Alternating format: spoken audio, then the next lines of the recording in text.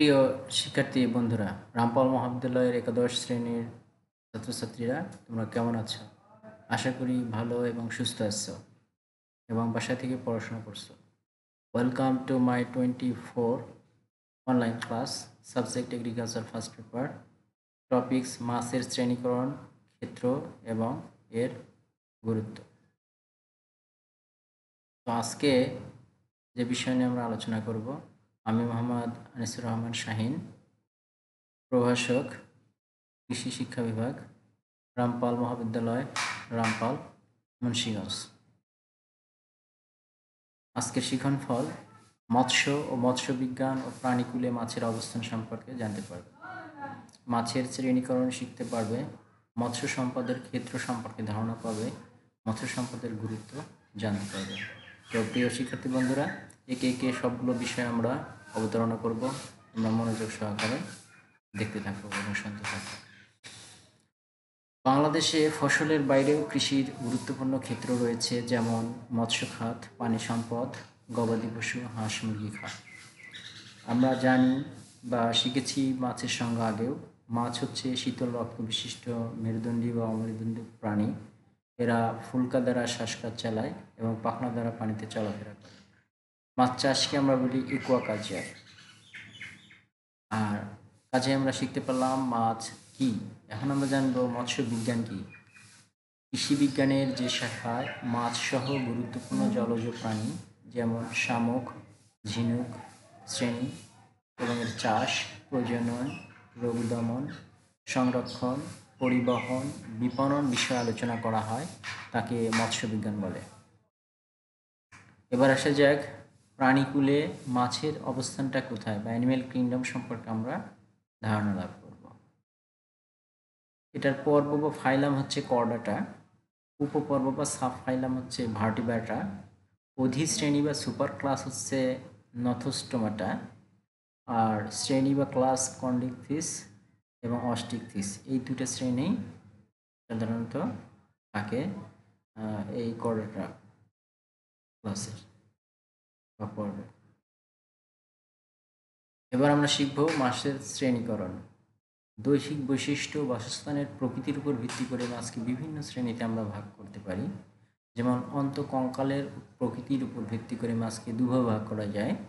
1 নম্বর তরুণাস্থিযুক্ত মাছ এবং 2 নম্বর অস্থিযুক্ত মাছ। তরুণাস্থিযুক্ত মাছ যে সকল মাছের অন্তঃকঙ্কাল নরম ও তরুণাস্থি দ্বিগঠিত, তাদেরকে বলা হয় তরুণাস্থিযুক্ত মাছ, যেমন রূপচাঁদা, করাত মাছ ইত্যাদি। অস্থিযুক্ত মাছ যেসব মাছের অন্তঃকঙ্কাল শক্ত থাকে, যেমন রুই, কাতলা, মৃগেল ইত্যাদি। খ নম্বর ছিল আঁইশের উপস্থিতির উপর ভিত্তি করে। আঁইশের উপস্থিতির উপর ভিত্তি করে মাছকে আমরা দুভাবে ভাগ করতে পারি। একটা হচ্ছে আঁইশযুক্ত মাছ আর আঁইশবিহীন মাছ। যে সকল মাছের দেহ আঁইশ দ্বারা আবৃত থাকে বা কাভার্ড থাকে তাকে বলা হয় আঁইশযুক্ত মাছ, যেমন রুই, কাতলা, সরপুঁটি ইত্যাদি। আর আঁইশবিহীন মাছ যে সকল মাছে আঁইশ দ্বারা আবৃত থাকে না, যেমন মাগুর, শিং, পাবদা ইত্যাদি। নিচে একটা চিত্র দেওয়ার চেষ্টা করেছি যে রূপচাঁদা মাছের কাঁটা নরম আস্থিযুক্ত, আর ডান পাশে দেখো রূপচাঁদা মাছ নরম কাঁটা, এবং এপাশে দেখো সামুদ্রিক যে কাঁটাযুক্ত মাছ খুবই শক্ত এবং মেরুদণ্ডের মতো আছে। আমরা বলছিলাম মেরুদণ্ড বা মেরুদণ্ডহীন মাছের সংজ্ঞায়, এটা মেরুদণ্ডযুক্ত মাছ, সেটা দেখানোর চেষ্টা করেছি। এবার আরও কয়েকটা মাছ দেখানোর চেষ্টা করেছি যে আঁইশযুক্ত মাছ কোনটা, আঁইশবিহীন মাছ, যেমন পাবদা মাছের কথা বলা হয়েছে আঁইশ নেই। অন্যদিকে ইলিশ মাছ, স্বাদুপানির মাছ, রুই মাছ, ভেটকি মাছ, এই সকল মাছ দেখানোর চেষ্টা করেছি। 3 নম্বর বা গ নম্বর বাসস্থানের উপর ভিত্তি করে। বাসস্থানের উপর ভিত্তি করে মাছ প্রধানত 3 প্রকার, যেমন স্বাদুপানির মাছ, আধা লোনা পানির মাছ এবং লোনা পানির মাছ।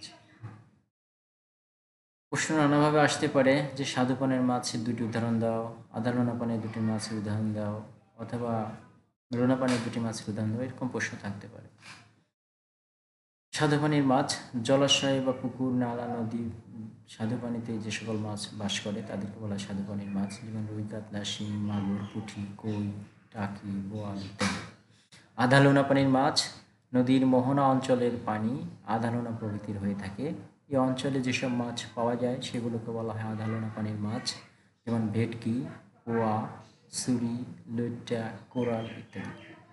3 নম্বর, লোনা পানির মাছ সাধারণত বঙ্গোপসাগর বা এর উপকূলীয় এলাকায় অর্থাৎ লোনা পানি যে সকল নদীতে থাকে এখানে যেসব মাছ বসবাস করে সেগুলোকে বলা হয় লোনা পানির মাছ, যেমন ইলিশ, রূপচাঁদা, সুরমা, তাড়া, দাতিনা ইত্যাদি।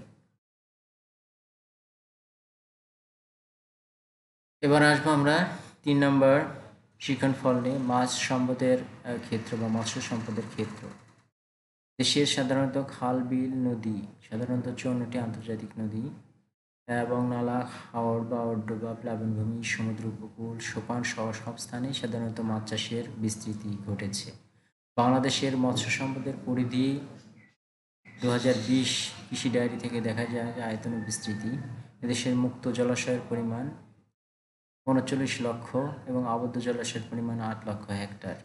মুক্ত জলাশয় রয়েছে প্লাবনভূমি 27 লক্ষ হেক্টর, নদী মোহনা 8.53 লক্ষ হেক্টর, বিল রয়েছে 1.14 লক্ষ হেক্টর, কাপ্তাই লেক রয়েছে 0.69 লক্ষ হেক্টর। আবদ্ধ জলাশয় রয়েছে পুকুর 3.72 লক্ষ হেক্টর, চিংড়ি খামার রয়েছে 2.76 লক্ষ হেক্টর। মৎস্য সম্পদের ক্ষেত্র, দেশের খাল, বিল, নদী, সমুদ্র আয়তন রয়েছে 9,000 বর্গ কিলোমিটার, একান্ত এলাকা রয়েছে 1.4 লক্ষ বর্গ কিলোমিটার, মহীসোপান রয়েছে 24,800 বর্গ নটিক্যাল মাইল, উপকূলীয় অঞ্চলের আয়তন রয়েছে 710 কিলোমিটার। উৎপাদন ও রপ্তানি চাহিদার উপর ভিত্তি করে রপ্তানি হয়ে থাকে 83.5 হাজার টন বা 4,660 কোটি টাকা। বার্ষিক চাহিদা 37.6 লক্ষ টন এবং 60% এটা প্রাণীজ আমিষ সরবরাহ করে থাকে মাছ। অবকাঠামো দিক থেকে 78টি সরকারি এবং 868টি বেসরকারি এবং 39টি বাগদা হ্যাচারি রয়েছে। এর মধ্যে 8টি সরকারি এবং 36টি বেসরকারি। সরকারি 11টি গলদা হ্যাচারি রয়েছে। গবেষণা ইনস্টিটিউট রয়েছে একটি, ময়মনসিংহ অর্থাৎ মৎস্য গবেষণা ইনস্টিটিউট, যার নাম। প্রক্রিয়াকরণ প্লান্ট রয়েছে 100টি, ইউরোপীয় ইউনিয়ন অনুমোদিত 76টি, প্রশিক্ষণ কেন্দ্র রয়েছে 6টি, একটি প্রশিক্ষণ একাডেমি রয়েছে এবং 136টি বীজ খামার রয়েছে, 3টি ডিপ্লোমা ইনস্টিটিউট রয়েছে এবং 2টি চিংড়ি প্রদর্শনী খামার রয়েছে এবং চিংড়ি সেবা কেন্দ্র রয়েছে সারা দেশে 20টি। নিচে একটা হ্যাচারি বাম পাশে এবং ডান পাশে একটা নার্সারি, মানে মাছের নার্সারি চিত্র দেখানোর চেষ্টা করেছি। এবার আসবো আমরা মৎস্য সম্পদের গুরুত্ব। বাংলাদেশের আবহাওয়া এবং জলবায়ু, মাটি, পানি মাছ চাষের জন্য খুবই উপযোগী। বর্তমানে পোনা উৎপাদন, পালন, চাষ, সংরক্ষণ, বাজারজাতকরণ, রপ্তানি খাতে উন্নয়ন হয়েছে, যেমন খাদ্য ও পুষ্টি সরবরাহ। খাদ্য পুষ্টি সরবরাহের মধ্যে প্রথমে আসা যাক আমিষ সরবরাহ। মাছ প্রায় 60% আমিষের যোগান দিয়ে থাকে। প্রতিদিন 45.3 গ্রাম আমাদের প্রোটিন দরকার হয়, যার 1/3 প্রাণীজ আমিষ, এবং এই প্রাণীজ আমিষের গুণগত মান সবচেয়ে বেশি এবং এই প্রাণীজ আমিষের প্রধান উৎস হচ্ছে মাছ। 2 নম্বর, চর্বি সরবরাহ। মাছের চর্বি দৈহিক শক্তির যোগান দিয়ে থাকে এবং উপকারী ফ্যাটি অ্যাসিড এবং কোলেস্টেরল, এলডিএল কমায় এবং রক্তচাপ এবং হৃদরোগও কমিয়ে থাকে। ভিটামিন সরবরাহ। ছোট মাছ যেমন মলা মাছ, ঢেলা মাছ, দাড়কিনা, কাচকি মাছে প্রচুর পরিমাণ ভিটামিন এ রয়েছে, যা রাতকানা রোগ দূর করতে সহায়তা করে। এছাড়া এ মাছে রয়েছে ভিটামিন ই, রিবোফ্লাভিন, থায়ামিন প্রোনো মাছ খুবই দরকারি। খনিজ সরবরাহ। সামুদ্রিক মাছে প্রচুর আয়োডিন রয়েছে, যা গলগণ্ড রোগ প্রতিরোধ করে। মাছে ক্যালসিয়াম, লৌহ, জিঙ্ক, ফসফরাস রয়েছে, যা হাড়ের গঠনে সাহায্য করে থাকে। আমাদের 2 নম্বর অর্থনৈতিক গুরুত্ব আমরা আলোচনা করব জাতীয় অর্থনীতি এবং কর্মসংস্থান। 1 নম্বর, বৈদেশিক মুদ্রা অর্জন। 2017-18 অর্থ বছরে 0.69 লক্ষ টন মৎস্য ও মৎস্যজাত পণ্য রপ্তানি করে 4,309.94 কোটি টাকার বৈদেশিক মুদ্রা অর্জন হয়েছে। এটা তথ্যসূত্র হচ্ছে কৃষি ডায়েরি 2020। এই রপ্তানির 1.92% নিম্নোক্ত খাত থেকে আসে, যেমন রপ্তানি চিংড়ি, শুটকি, কাঁকড়া, কচ্ছপ। যে আমরা শুধু মাছ থেকে আসে তা নয়, মৎস্যজাত দ্রব্য থেকেও আমরা এটা পেয়ে থাকি। এরপরে আসা যাক জাতীয় অর্থনীতিতে। জিডিপির 3.6% অবদান রাখে মৎস্য খাত। মোট কৃষি আয়ের প্রায় 1/4 অর্থাৎ 25.47% এই খাত থেকে আসে। এরপরে আসা যাক কর্মসংস্থান সৃষ্টি। প্রায় 13 লক্ষ লোক মৎস্যচাষী দেশের জীবন জীবিকার জন্য প্রত্যক্ষ পরোক্ষভাবে তারা মৎস্য উপখাতের উপর নির্ভরশীল, যা মোট জনসংখ্যার প্রায় 11% প্লাস। নিচে দেখতে পাচ্ছ যে মাছ চাষে মহিলা কর্মসংস্থান কীভাবে হচ্ছে এবং কর্মসংস্থানের মাধ্যমে যে নেশুটকি মহিলারা কাজ করছে, গ্রেডিং করছে, মাছ প্রক্রিয়া করছে ইত্যাদি কাজের সাথে সম্পৃক্ত। কাজে এদেশের মহিলারাও যে মৎস্য খাতের সাথে জড়িত সেটা সহজেই তোমরা বুঝতে পারছো। এবার জনশক্তি। জাতীয় অর্থনীতি কর্মসংস্থানের মধ্যে আছে জনশক্তি। যেমন নিবিড় মাছ চাষে প্রচুর জনশক্তির প্রয়োজন হয়, যেমন হ্যাচারি করতে, নার্সারি, খামার, খাদ্য তৈরি। তো এইভাবে সাধারণত বেকারত্ব দূর করা যায় এবং জনশক্তি বৃদ্ধি পায়। শিল্পক্ষেত্রে মাছের চর্বি, কাঁটা, হাড় শিল্পের কাঁচামাল হিসেবে ব্যবহৃত হয়। সাবান, ঔষধ তৈরিতে মাছের তেল ব্যবহৃত হয়। নৌকা, লঞ্চ, বরফ জাল শিল্প গড়ে উঠেছে দেশে, যা মাছের জন্যই গড়ে উঠেছে বা মৎস্য চাষের জন্যই গড়ে উঠেছে। এবার আসবো আমরা সমন্বিত গুরুত্ব। তাহলে হাঁস মুরগির খামার বা খাবার, মাছের অবশিষ্ট অংশ যেমন সুষম খাবার, আঁশ, কাঁটা, নাড়িভুড়ি, শুষ্ক চূর্ণ দ্বারা হাঁস মুরগির উত্তম সুষম খাবার তৈরি করা যায়। আমিষ হাঁস মুরগিকে খাওয়ালে মাংস ডিমের উৎপাদন বেড়ে যায়। জমিতে সার হিসাবে বড় মাছের কাঁটা, আঁশ, বিষাক্ত মাছ শুকিয়ে গুঁড়া করে সার হিসেবে প্রয়োগ করলে ফসফরাস সার কম দেওয়া লাগে জমিতে। জায়গার সুষ্ঠু ব্যবহার, বসতবাড়ি সংলগ্ন নানা প্রকার পুকুর, দিঘি, ডোবা, নালাগুলোতে যেখানে 3 থেকে 6 মাস পানি থাকে সেখানে অল্প পুঁজি বিনিয়োগ করে সহজে মাছ চাষ করে পারিবারিক চাহিদা মেটানো যায় এবং পারিবারিক চাহিদা মেটানোর পর অতিরিক্ত বাজার বিক্রি করে অর্থনৈতিকভাবেও লাভবান হওয়া যায়। শৌখিন দ্রব্য হিসাবে বিভিন্ন রকমের বড় মাছের কাঁটা, আঁশ, লেজ ইত্যাদি দ্বারা বিভিন্ন প্রকার শৌখিন দ্রব্য যেমন চুড়ি, শাঁখা, আংটি, বোতাম ইত্যাদি তৈরি করা যায় এবং তৈরি করার মাধ্যমে সাধারণত আনন্দ দেওয়া যায় বা আনন্দের বা শৌখিন দ্রব্য সাধারণ শৌক হিসেবে ব্যবহার করা যায়। তাহলে আমরা মাছের গুরুত্বটা 3টি আঙ্গিকে বা 3টি ভাবে ভাগ করে আমরা বর্ণনা করলাম। আশা করি তোমরা বুঝতে পারলে।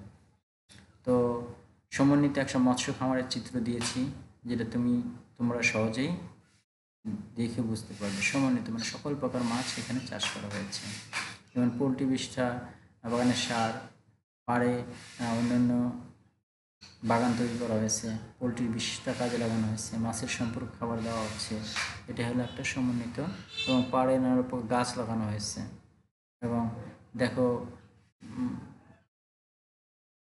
এটা পোলট্রি মৎস্য খামারের পাশেই দেখো একটা বাড়ি এবং বাড়ি থেকে এই সকল হাঁস মুরগি পালন করা হচ্ছে, পোলট্রির বিষ্ঠা দেওয়া হচ্ছে মাছের খাবার হিসাবে, একে অপরের পরিপূরক হিসেবে কাজ করছে।